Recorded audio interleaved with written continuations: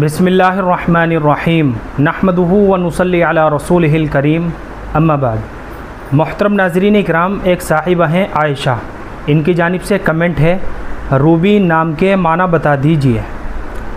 देखिए, रूबी आम तौर पर उर्दू की कुछ वेबसाइट पर इसके माना बताए हुए हैं लाल रंग का पत्थर, लेकिन लुग़त की जितनी भी मोतबर किताबें हैं जैसे फ़िरोज़ुल लुग़ात है, मिसबाहुल लुग़ात है, इसके अलावा और भी लुग़त की मोतबर किताबें हैं, उन किताबों के अंदर रूबी लफ्ज़ नहीं मिलता। असल में यह रूबी जो लफ्ज़ है ये अंग्रेज़ी ज़ुबान से लिया गया है और लातीनी एक लफ्ज़ आता है रोबिस, ये लफ्ज़ उससे निकला है जिसके माना है लाल या सुर्ख। तो इस तरह के नाम रखने का मुसलमानों में तामुल नहीं है, और जैसा कि अभी मैंने आपको बताया है कि लुग़त की मोतबर किताबों के अंदर भी ये लफ्ज़ नहीं मिलता। तो बेहतर है कि रूबी लफ्ज़ के बजाय आप रूबा करके बच्ची का नाम रखें।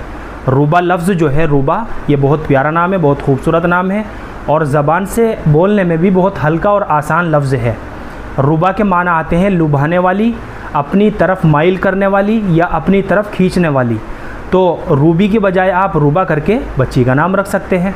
इसके अलावा गूगल पर उर्दू की कुछ वेबसाइटें ऐसी हैं कि जिनकी अक्सर व बेशतर मालूमात ऐसी होती है कि जिन मालूमात के ऊपर एतबार बिल्कुल भी नहीं किया जा सकता, इसलिए तहकीक शुदा नाम ही अपने बच्चों के रखने चाहिए। तो ये मैंने आपको पूरा तफसील के साथ बता दिया है। रूबी नाम बच्ची का रखना ये बिल्कुल भी मुनासिब नहीं है, क्योंकि लुग़त की मोतबर किताबों के अंदर ये लफ्ज़ नहीं मिलता। इसके अलावा आप रूबी के बजाय रूबा करके बच्ची का नाम रख लीजिए। उम्मीद करता हूँ कि आपको अच्छी तरह समझ में आ गया होगा।